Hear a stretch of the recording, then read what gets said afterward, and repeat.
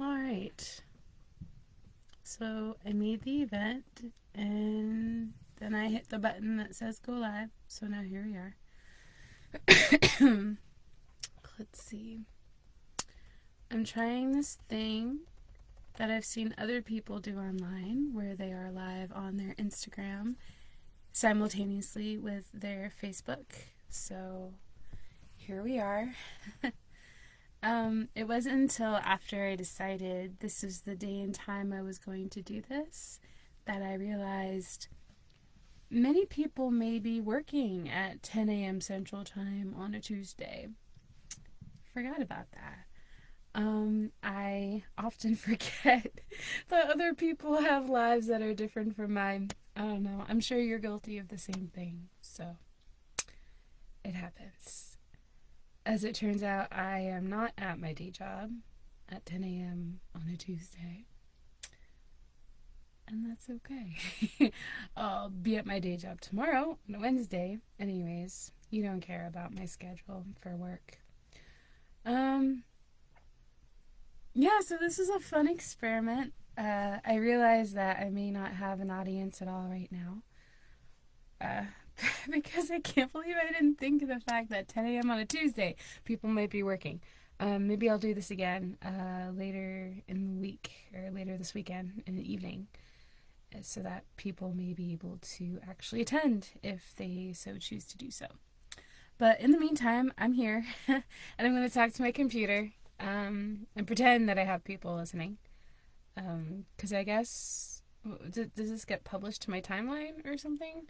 Once I'm done, once I hit that end live video, I guess it's watchable for anybody. But it's just a bummer because I was hoping to get people like chatting to me live, asking me questions in real time, because that's exciting. So, alright, so here's the gist of it. For the last 12 weeks, I have gone on this journey with myself. The Artist's Way by Julia Cameron. This is the book I have been reading and contemplating for the last 12 weeks. I guess on my own, but not on my own. At least I didn't feel like I was on my own because I chose to do my weekly check-ins online. So thank you for everyone who has watched my vlog videos and supported me, either commenting or just sending good vibes. I got them, so thank you. And this past week I just finished reading the final chapter of this book called Recovering a Sense of Faith. So that's what I did. I thought about faith, I guess, talking about mystery, the imagination at play. I guess my biggest takeaway from this chapter is on this page right here, where she writes, "We want to do something, but we think it needs to be the right something, by which we mean something important." And then she starts the very next paragraph with the simple statement, "We are what's important." A lot of the times we want to do something and then we overthink it to death and end up not doing it. So that's why this sentence really spoke to me, because she's saying how we tend to try to be perfectionists. We don't want to just do something, but we want to do it right. We want to do it the right way because we've been taught to believe that when we do things, there's a right and wrong way to do them. And we don't want to make mistakes. We are afraid of making mistakes. We are afraid of the unknown, the mysterious, the unfamiliar, the uncomfortable. We want to do things that we are familiar and comfortable with. We want to know that everything is going to be okay. We want to feel safe. We want to feel supported. We don't want to take risks that may harm us. I think that's the gist of this whole book, really, is to just get out of your own way. If you are a blocked artist, here's my biggest takeaway, okay? Being blocked is a choice. I'm going to say it again for Facebook. Being blocked is a choice. If you are someone who feels blocked, like you can't get something done, like if your friends are telling you, stop making excuses, just create, just do the thing. It doesn't have to be perfect. It doesn't have to be perfect. It just has to be. If your friends and family are telling you these things, chances are you're a blocked artist. And this whole chapter about compassion, she's talking about definitions and how we have to be careful and gentle with ourselves and remind ourselves that this is indeed a process. Life is a process. Okay? There's no complete, definitive beginning and end to life. Well, you know what I mean. It's just, everything's a process. There's ebbs and flows all the time throughout everything that we do. There's gonna come a time of season, there's gonna be momentum that like slows down and picks back up again, and we're just along for the ride, you know? So if you feel blocked, call yourself blocked. Don't call yourself lazy. Don't call yourself hopeless. Don't call yourself untalented or unwanted or unappreciated or not necessary. You are never unnecessary because you are important. Says so in this book, okay? You are important.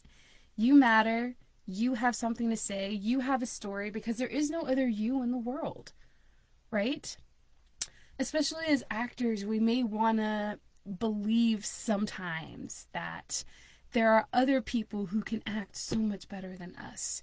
There are other people out there who can tell stories better than us, who have more exciting life stories to tell than us. Why bother telling our story? Because in comparison, we are not important, but we are. We are important. We matter. We are enough. So if you're trying to unblock yourself from your creativity, if there's something you want to do and you're too afraid to do it because you're afraid of what might happen if you do, whether you're afraid of success and what that might mean and how you'd handle it, whether you're afraid of failure, whether you're afraid of judgment from your peers, no matter what it is you're afraid of, Cameron suggests to write it down. Because there's something magical about the act of writing, right? So let's talk for a sec about this big thing that she wants us to do for 12 weeks. She calls them the morning pages. I just call it straight up journaling. It's something I've always done. It's something I do and plan on continuing to do until the day I die. It's helpful to me. The act of writing things out helps me slow down my thoughts so that I can really focus on them one thought at a time. A lot of times I'll be writing and like all of a sudden I'm like, whoa, I didn't realize I felt that way. Because all of a sudden it's out of here and out in the universe by being put down pen to paper and just like writing it out like does something. It's meditative, and that's something she talks about in the book, is how your morning pages are meditative, and it's a way of connecting with our creator so that we are able to create ourselves. I think that's really cool to think of journaling as meditative, because for some reason I never thought of it that way before. A lot of the times I will try to journal while doing other things, like on the phone with somebody, or while watching a show or a movie, or listening to music. And sometimes while listening to music it's nice. Usually I have to be listening to jazz or something without lyrics though, because I don't want to get distracted. And now I finally realize why it's been so difficult to journal while trying to do other things. It's because I'm taking away from myself my time, my artist date moment right here, where I can sit and be with myself and my thoughts and the universe. By writing your morning pages or journaling or whatever you want to call it, you are meditating and you are getting in touch with yourself and you are communicating. You are simply taking a deep breath and letting whatever thoughts come, and listening to what these thoughts have to say, and going from there. So it's nice. I made a list of potential talking points for my audience that is not here. Okay. She said something at the very beginning of the book that stuck with me. Leap and the net will appear. Talk about having faith, right? Trust that you will learn as you go. I've learned something about myself over the last few years, which is I'm what some people might call an information gatherer. I may obsess over doing research and reading and talking to people about things and trying to get as much information as I can about something before I decide to actually do it or not. And that's a way that I've been keeping myself stuck and keeping myself blocked. I never knew I was being blocked. I thought I was being a smart actor because I was doing all this research. But when I'm obsessively researching and I'm too much in my head and I'm afraid to actually do it on my own because I might mess it up or not do it the right way because I don't feel like I am enough, and that it doesn't have to be perfect, but it can just be, if I'm not allowing myself to embrace the unknown and take that leap of faith, nothing's ever going to happen. If I'm just thinking about leaping but I never actually leap, I'm never going to get to where I want to be. So leap and the net will appear. Learn as you go. Remind yourself it is a process.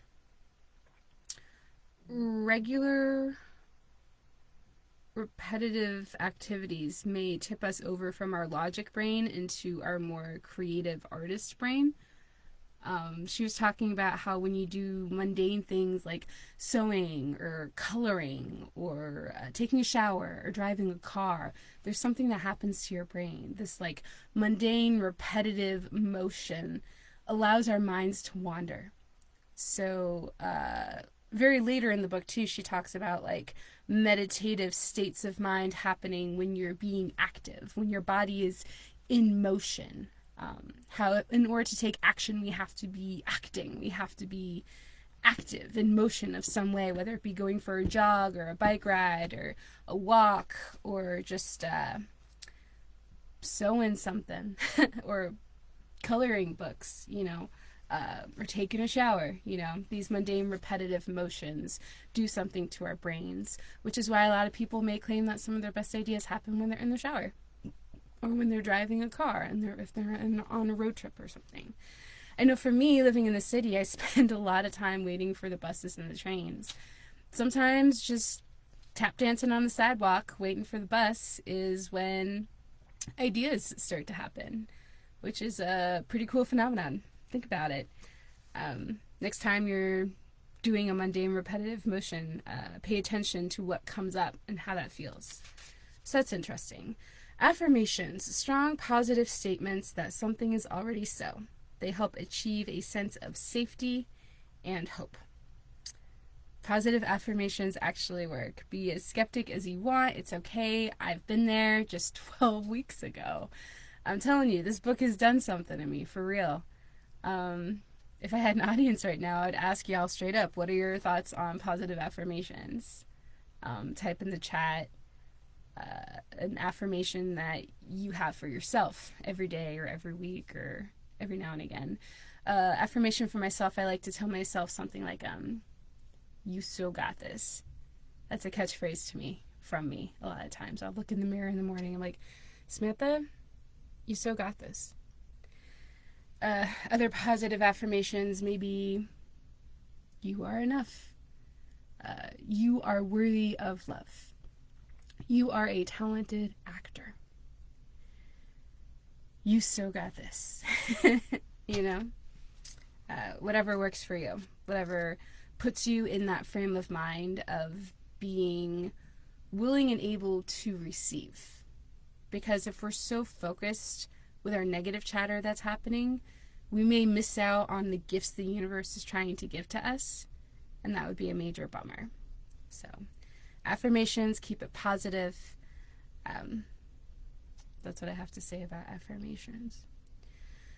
She says quantity over quality, which is interesting because a lot of the times you're used to hearing people say the opposite. Like, oh, I don't have a lot of friends, but the few friends that I have are fantastic.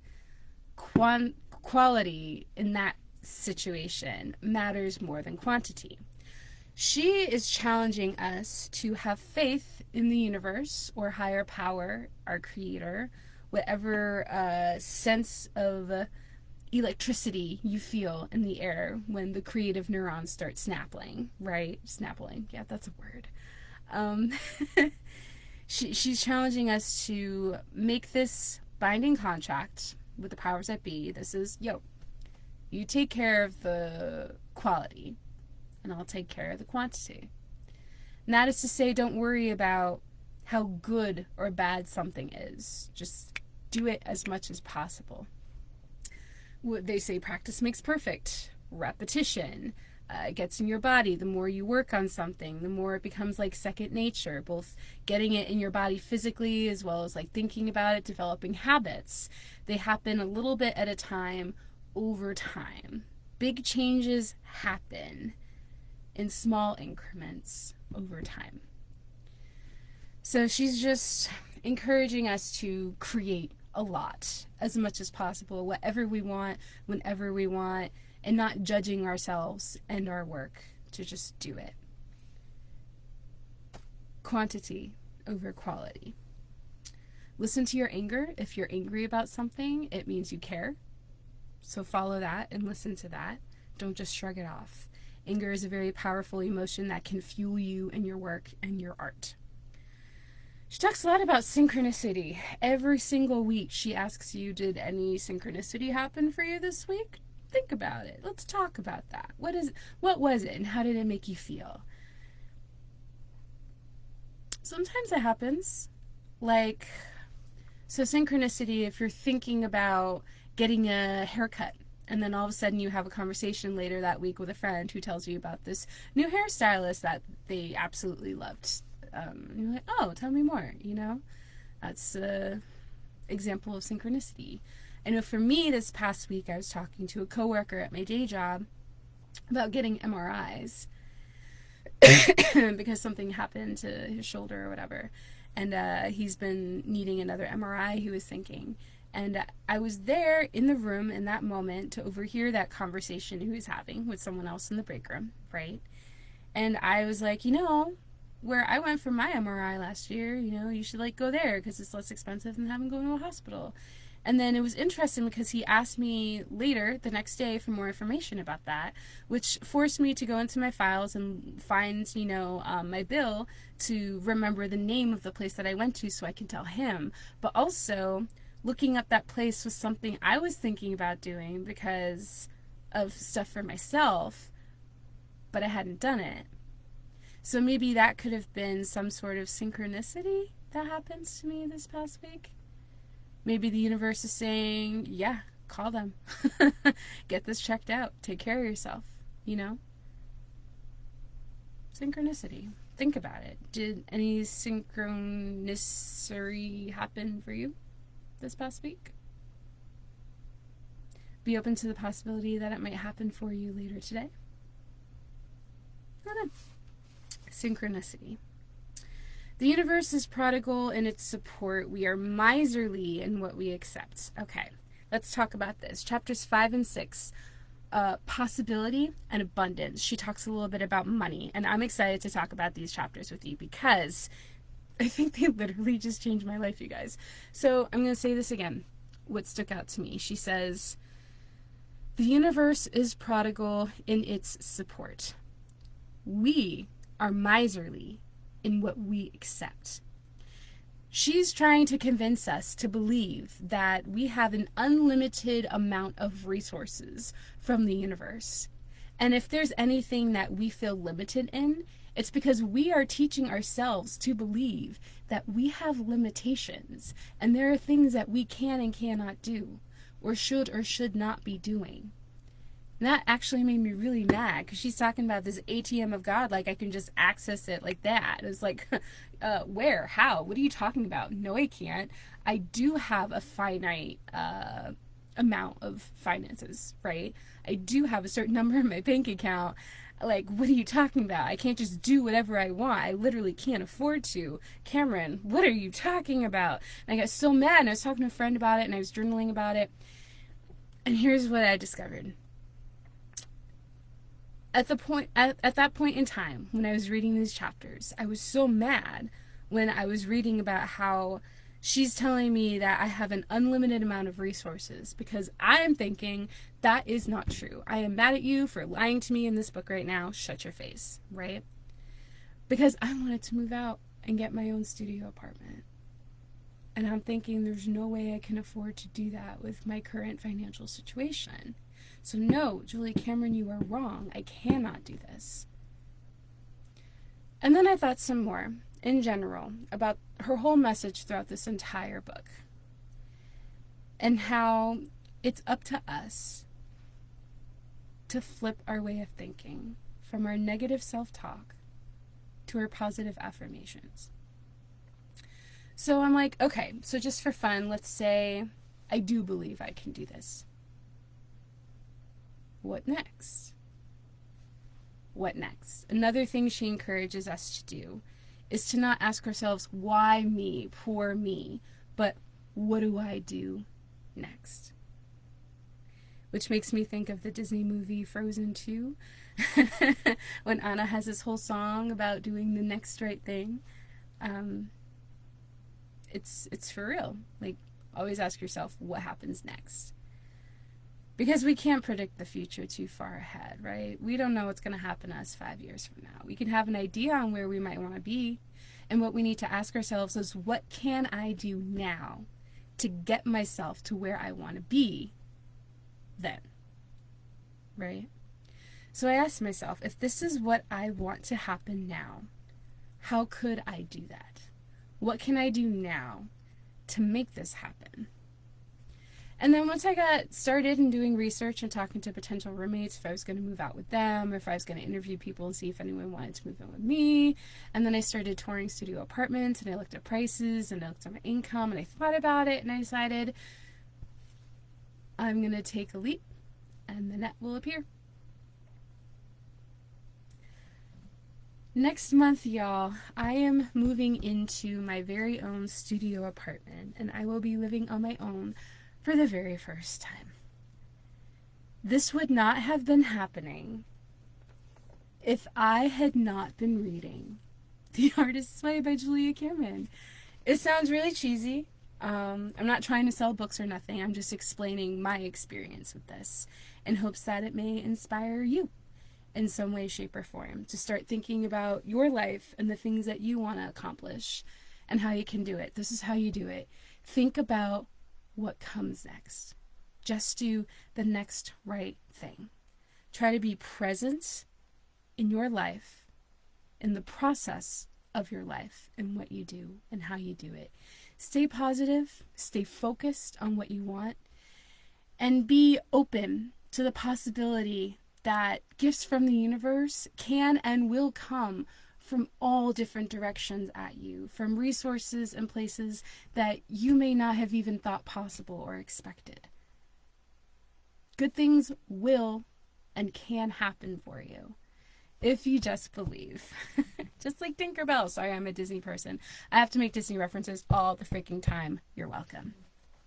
So yeah, chapters 5 and 6 especially really got to me about possibility and abundance. As artists, we must learn to create our own safe environments. Our inner artist is a child. When she talks about artist dates, specifically, she talks about us taking care of these children that are our creativity. So if you think of your inner artist as a child, you really have to give a child everything a child wants and needs in order to grow. Right? You need to shower it with love and affection and attention. You need to play with it. You need to love it. You need to enjoy it. You need to protect it. Convince it that it is safe and it is going to be okay. and it has space to create and play and laugh and enjoy themselves as much as they want, because you're there for them and with them, and you're not going to let anything bad happen to them. And if something bad does happen, you're going to be there for them, and it's all going to be okay, because you and your artist child are in this together. You are a team. She has this image of your inner artist being a child throughout the entire book. And like any other book, she says the same thing in a gajillion different ways, right? Just all these different descriptive images and metaphors and similes and examples, because different things relate with different people. Maybe the child in one situation doesn't resonate with you as much as a different example later on. But anyways, in general, it resonated with me. Just being able to play and remind yourself that creating is playing, and to be playful and to have fun and enjoy what you're doing, because that's what it's all about. She's specifically saying, you know, our inner artist child needs play. It doesn't want to work. So you can't try to force it to work, because neither one of you is going to have a good time. Instead of being all, we have to get up at this time and sit down at the desk and write these emails for this amount of time. Be like, hey, this is going to be fun. We get to meet up at this day and time and do these things together. You also, because you're making your child come to work with you, you have to indulge it as well and take turns. It's like, okay, because I'm going to do this with you today, we're going to go to the playground. It's going to be fun. So then later, you know, in the week, we're going to do this. And yeah, anyway, that struck a chord with me. So just remember that your inner artist is a child.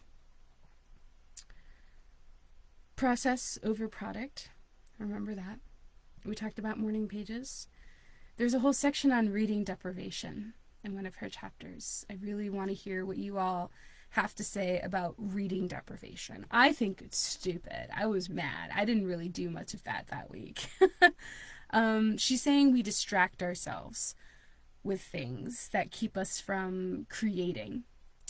Things like reading novels, watching TV, watching movies, any sort of reading, like scrolling through social media, being on YouTube.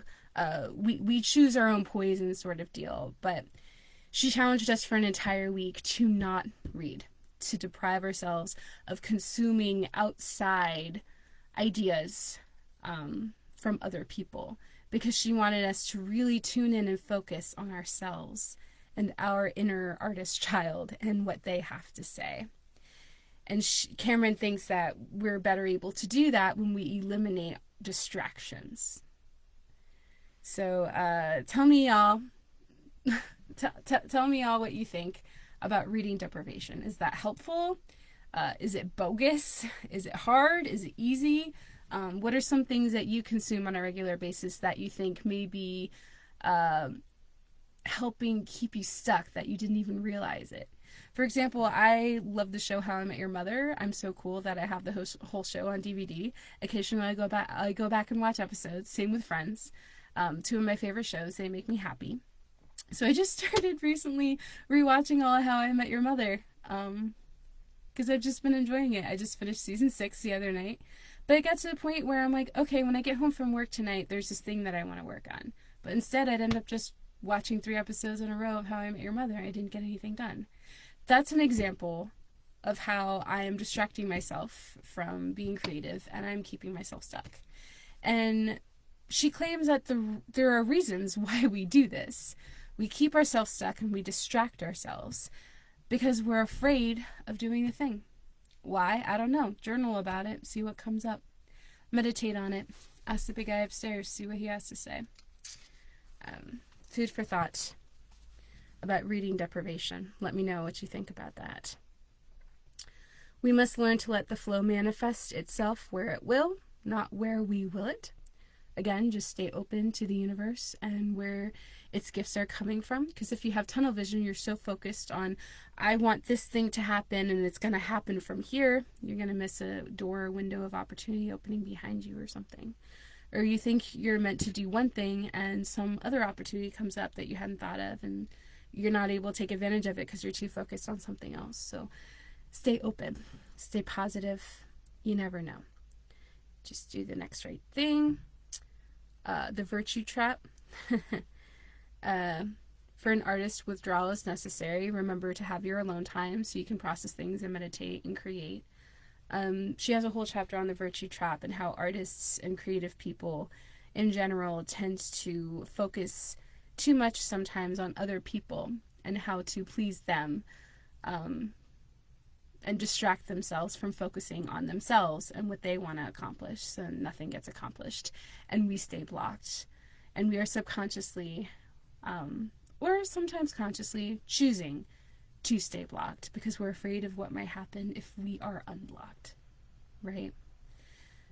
So an example of that might be your day job. It's like, oh, I can't go to that audition today, even though it would be great and I'd be perfect for that role because I'm already on the schedule to work. Whoops.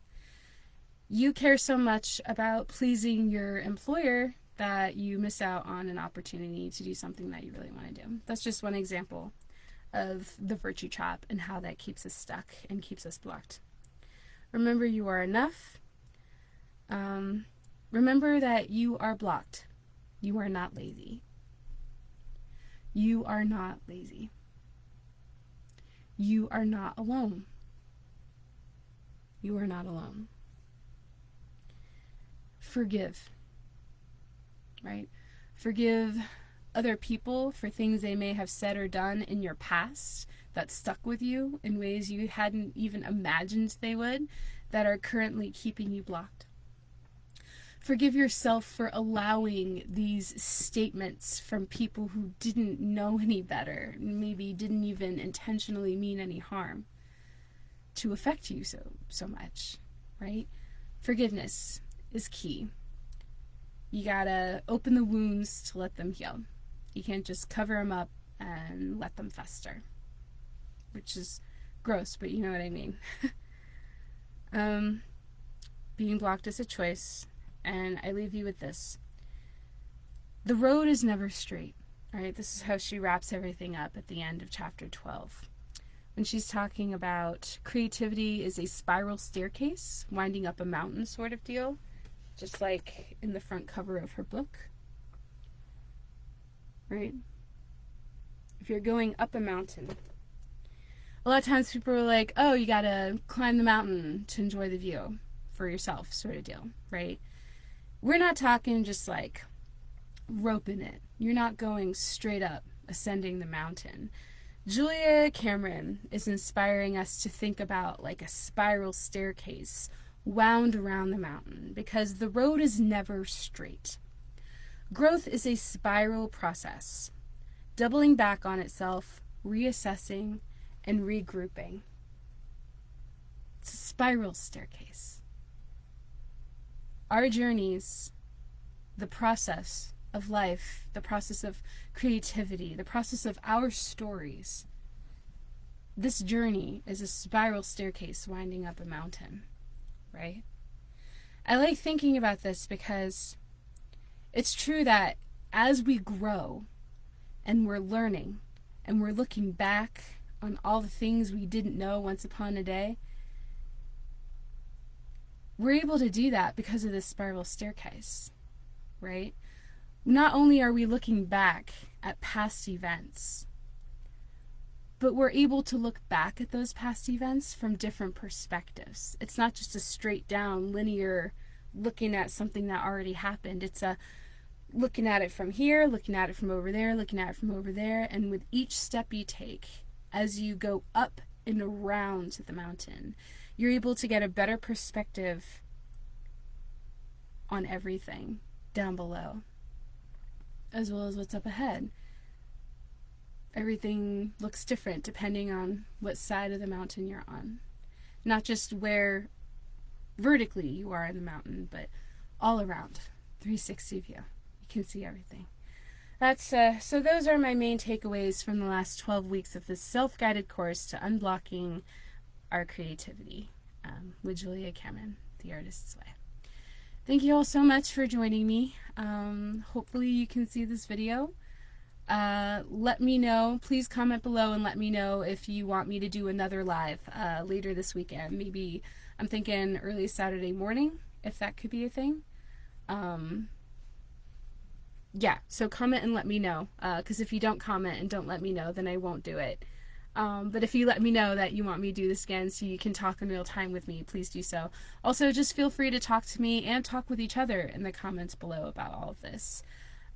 Did you read this book the last 12 weeks as well? How did it feel for you? Do you agree or disagree with some of the things that I've taken away from it? What's the big takeaway that you've gotten from this book? Here's the thing to remember. Y'all, we are not alone. We are all in this together. We are all artists. We are all children of the Creator himself. We are all doing this one step at a time. One day at a time. The next right thing. Moment to moment. Every moment. We are present. We are here. And we can do great things.